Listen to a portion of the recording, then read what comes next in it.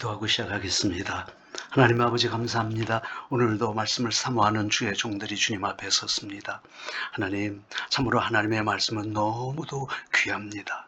아버지 하나님, 오늘 저희들이 우리의 마음속에 참으로 하나님의 말씀을 기다리고 또 하나님께서 우리에게 말씀해 주시기를 간절히 기대합니다. 아버지, 오늘 특별히 문화와 배경 이해를 통한 말씀 묵상 방법을 연구하겠는데, 하나님, 참으로 이 모든 것들이 잘 이해가 되고 또 이것을 잘 배워서 우리가 주의 말씀을 참으로 양들에게 전할 때에 능력이 있게 하시고 또 하나님의 강한 손을 하나님께서 우리와 함께 하심을 저희들이 분명히 인식하고 확신 가운데 말씀 전할 수 있도록 도와주옵소서.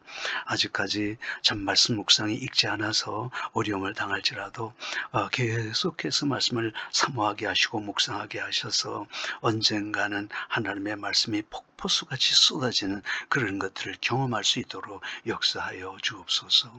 우리 하나님, 이 시간에 저희들이 겸손한 마음으로 엎드려 싸우니 정말로 우리의 생각을 바로잡아 주시고 또 잘 이해할 수 있도록 주의 성령께서 우리와 함께하여 주옵소서. 예수님의 이름으로 기도드리옵나이다. 아멘. 오늘은 문화와 배경 이해를 통한 말씀 묵상 방법에 대해서 생각해 보겠습니다. 아무리 말씀을 깊이 묵상하더라도 때로는 그 본문의 문화적 상황과 배경을 전혀 알지 못하면 그 말씀이 의미하는 바를 전혀 알지도 못하고 설교함으로써 정확한 말씀을 전달할 수 없게 됩니다. 이런 측면에서 성서시대의 문화와 배경, 특히 그 본문에 대한 문화와 배경을 알고 설교하면 설교가 통상적으로 했던 설교와는 전혀 다른 설교가 될 수 있는 것입니다. 자, 그 한 예로서 우리 목회자들은 죽었다는 개념과 조상에게 돌아갔다는 개념이 동일한 개념으로 이해하는 경우가 참으로 많습니다. 그러나 엄밀히 말해서 죽어 장산이 됐다는 개념과 조상에게 돌아갔다는 개념은 상당히 다른 개념입니다. 우리가 이스라엘의 장례 문화를 잘 이해한다면 우리는 이 본문에 대해서 바르게 설교할 수 있는 것이죠. 죽어 장사 지냈다는 개념은 죽어서 하루 만에 장례를 치르고 무덤에 넣는 과정을 말합니다. 그러나 조상에게 돌아갔다는 개념은 장례를 치르고 1년이 지난 후 그 뼈를 추스려서 조상들이 있는 곳에 합장하는 개념으로서 약 1년이라는 시간차가 발생하는 것입니다. 그래서 어떤 사람이 아버지를 장례하고 따르게 하소서라고 했을 때 이는 당장 예수님을 따르겠다는 뜻이 아니라 1년 뒤에 예수님을 따르겠다는 뜻입니다. 이런 측면에서 이스라엘의 문화와 배경을 알고 설교하는 것과 그렇지 않은 경우는 하늘과 땅만큼이나 그 차이가 있다는 점에서 말씀을 묵상하는 사역자들은 반드시 그 본문에 대한 배경과 문화를 철저히 이해해야 하는 것입니다. 자, 이제는 문화와 배경 이해를 통한 말씀 묵상의 실제를 한번 같이 해보도록 하겠습니다. 자, 우리 누가복음을 잘 압니다. 그런데 누가복음에는 세 가지 비유가 나옵니다. 양 잃어버린 목자의 비유가 나오고 드라크마 잃어버린 여인의 비유가 나오고 그리고 아들 잃어버린 아버지의 비유가 나옵니다. 양 잃어버린 목자의 비유는 이렇습니다. 너희 중에 어떤 사람이 양 100마리가 있는데 그 중에 하나를 잃으면 99마리를 들에 두고 그 잃은 것을 찾아내기까지 찾아다니지 아니하겠느냐. 또 찾아낸 즉 즐거워 어깨에 메고 집에 와서 그 벗과 이웃을 불러 모으고 말하되 나와 함께 즐기자 나의 잃은 양을 찾아내었노라 하리라. 자, 드라크마 잃어버린 여인의 비유는 이렇습니다. 어떤 여자가 10드라크마가 있는데 하나를 잃어버리면 등불을 켜고 집을 쓸며 찾아내기까지 부지런히 찾지 아니하겠느냐. 또 찾아낸 즉 벗과 이웃을 불러 모으고 말하되 나와 함께 즐기자 잃은 드라크마를 찾아내었노라 하리라. 이제 아들 잃어버린 아버지의 비유입니다. 그리고 살찐 송아지를 끌어다가 잡으라 우리가 먹고 즐기자. 이 내 아들은 죽었다가 다시 살아났으며 내가 잃었다가 다시 얻었노라 하니 그들이 즐거워하니라. 제가 이 앞 강의에서도 그런 말을 한 적이 있습니다만은 당자의 비유다 이렇게 얘기하지만 사실은 당자의 비유가 될 수가 없습니다. 자, 왜냐면요. 첫 번째는 양 잃어버린 목자의 비유. 두 번째는 드라크마 잃어버린 여인의 비유, 세 번째는 아들 잃어버린 아버지의 비유. 이 주인공이 그것은 실제적으로 다루는 것은 탕자가 아니라 아들 잃어버린 아버지의 심정을 말하기 때문에 우리는 탕자의 비유라기보다 아들 잃어버린 아버지의 비유가 맞다, 그렇게 생각이 됩니다. 자, 오늘 이 말씀을 한번 정리해 보겠습니다. 양 잃어버린 목자의 비유. 참 이상하죠. 잃어버린 양 찾았다고 잔치를 벌이면 양값보다 돈이 더 많이 들 텐데요. 너희 중에 어떤 사람이 양 100마리가 있는데 그 중에 하나를 잃으면 99마리를 들에 두고 그 잃은 것을 찾아내기까지 찾아다니지 아니하겠느냐. 또 찾아낸 적 즐거워 어깨에 메고 집에 와서 그 벗과 이웃을 불러 모으고 말하되 나와 함께 즐기자. 나의 잃은 양을 찾아내었노라 하리라. 여러분, 양 한 마리 잃어버렸는데요. 집에 와서 벗과 이웃을 불러 모으고 잔치를 벌이면 양보다 훨씬 많은 돈이 들어갑니다. 이거 이해가 안 된 말이에요. 자, 그 이유가 있습니다. 그 이유는 우리 성경의 배경을 알아야 됩니다. 그 시대의 목자는 가장 하위 직업이었습니다. 그런데 만약 목자가 양을 잃어버리면 소문이나 다시는 그 직종에 종사할 수가 없었습니다. 만약 이리 때에 양이 잡혀먹었다면 그 뼈라도 들고 주인에게 가서 보고해야만 했습니다. 만약 잃어버린 양을 찾지 못하면 당장 해고되면 물론 영원히 그 직장에서 직장을 갖지 못한다는 위기 때문에 목자들은 정신없이 잃은 양을 찾아야 했고, 또 잃어버린 양을 찾으면 그 잃어버린 양보다 몇 배의 돈을 들여서 즐거워하면서 잔치를 벌였던 것입니다. 이 목자에게는요, 잃은 양을 찾는 것이 그처럼 절박했다, 그렇게 볼 수가 있습니다. 자, 드라크마 잃어버린 여인에 비유해서 왜 이 여자는 드라크마 5만 원 내지 10만 원 노동자의 하루 임금인데 보다 몇 배 많이 드는 잔치를 벌였을까? 어떤 여자가 10드라크마가 있는데 하나를 잃으면 등불을 켜고 집을 쓸며 찾아내기까지 부지런히 찾아내지 않겠느냐? 등불을 켠답니다. 왜요? 방 하나 어두컴컴하니까요. 집안 구석구석을 다 씁니다. 찾아내기까지 부지런히 찾는다. 여러분, 회당에도 가보고 친구 집에도 가보고 또 마을 회관에도 가보고 갈 수 있는 거 다 찾아다녔다는 거, 할 수 있는 모든 노력을 다 했다는 거죠. 그리고 그걸 찾았다고 이웃을 불러 모으고 말하되 나와 함께 즐기자. 잔치를 벌였다는 거죠. 이해가 안 됩니다. 우리 문화와 배경을 알아야만 이 말씀이 풀립니다. 당시 결혼 풍습은 신랑이 신부에게 결혼 예물로서 드라크마 10개를 고리에 끼워 신부의 머리에 씌워주었습니다. 중요한 행사가 있으면 신부는 반드시 이것을 머리에 장식하였습니다. 이 드라크마는 남편의 생전에는 절대 사용할 수 없었고, 남편이 죽고 경제 사정이 나빠지면 그제서야 하나씩 꺼내어 생계를 위해서 사용할 수 있었던 것이지요. 그러나 세월이 오래 지나면서 고리가 닳아서 드라크마를 잃어버리는 경우가 발생했습니다. 남편이 살아있는데 드라크마를 잃으면요, 이혼 사유가 될 수 있었어요. 그래서 이 여인은 모든 노력을 동원해서 드라크마를 찾을 수밖에 없는 거예요. 남에게는 겨우 10만 원 정도밖에 몰라도 이 여인에게는 그 무엇과도 바꿀 수 없는 귀중한 것이었어요. 그래서 이것을 찾으면 기뻐서 동네 잔치를 벌인 것입니다. 이 그림을 한번 보십시다. 자, 이것이 드라크마를 끼워 놓은 그런 것입니다. 오른쪽에는 이 드라크마를 머리에 쓰고 있는 여인입니다. 만약 우리 목회자들이 이 사실을 모르고 있다면 우리가 이 본문에 대해서 어떻게 바로 설교할 수가 있겠습니까? 이제 아들 잃어버린 아버지 비유를 한번 살펴보십시다. 그 둘째가 아버지에게 말하되 아버지여 재산 중에서 내게 돌아올 분깃을 내게 주소서. 그래서요. 아버지가 살아있을 동안에는 유산 청구를 절대 할 수 없는데요. 그런데 유산을 달라고? 그럼 이거 아버지 빨리 돌아가십시오 라는 그런 불충한 소리예요.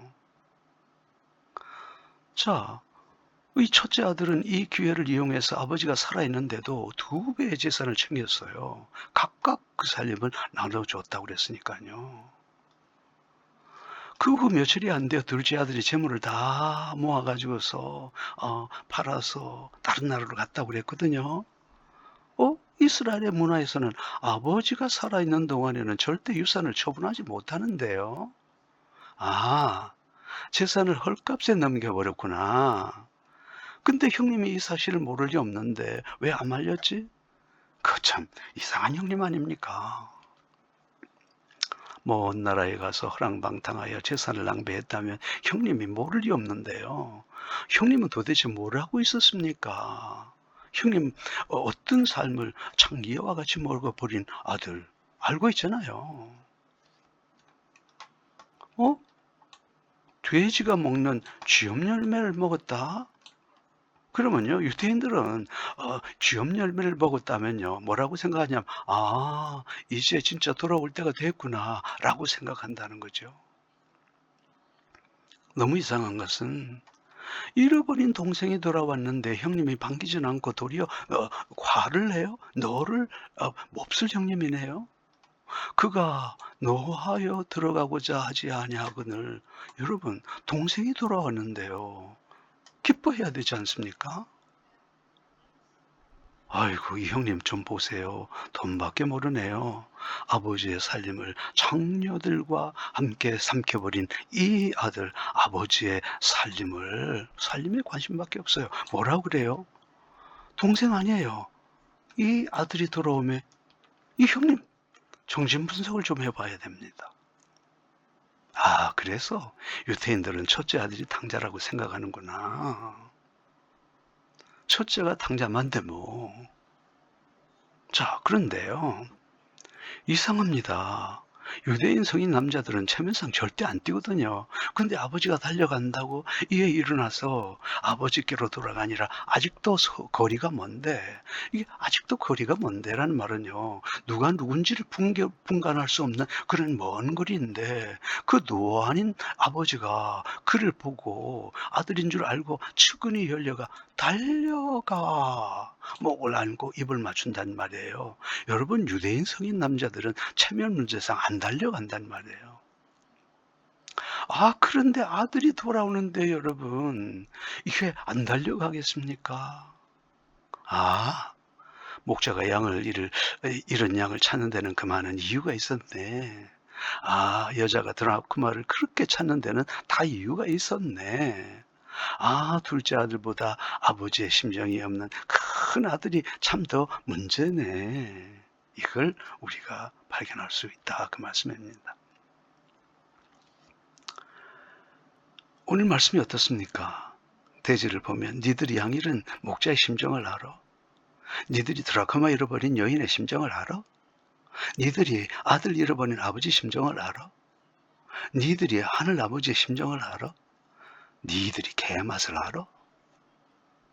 여러분, 오늘 이 말씀 가운데 참 그 이스라엘 문화와 배경을 모르고서 우리가 어떻게 말씀을 전하겠노? 그런 생각이 든단 말이죠. 자, 마태복음 1장 17절에 있는 말씀을 가지고 또 문화와 배경 이해를 통해서 말씀 묵상하는 방법을 한번 배워보십시다. 자, 말씀 17절 한 절 말입니다. 그런즉 모든 대수가 아브라함부터 다윗까지 14대요, 다윗부터 바벨론으로 사로잡혀 갈 때까지 14대요, 바벨론으로 사로잡혀 간 후부터 그리스도까지 14대더라. 자, 본문을 관찰을 해보겠습니다.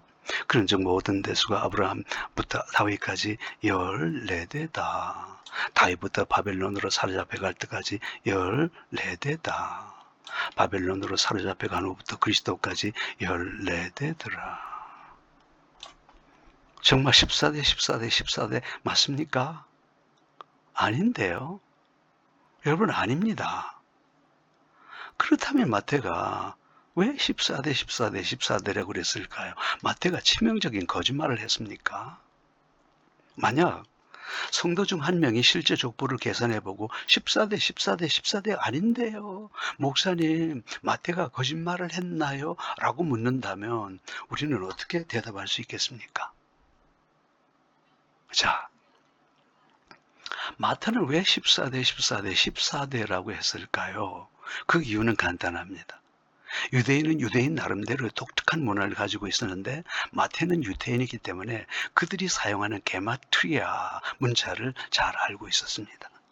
유대인들은 비밀이라는 것을 자기들끼리 사용할 때 이 게마트리아 문자를 사용하였는데, 이 게마트리아 문자란 히브리어 알파벳의 문자에 숫자 값을 부여하여 단어, 문장 등에 숨겨진 의미를 찾는 유대교의 수비학적 해석 방법입니다.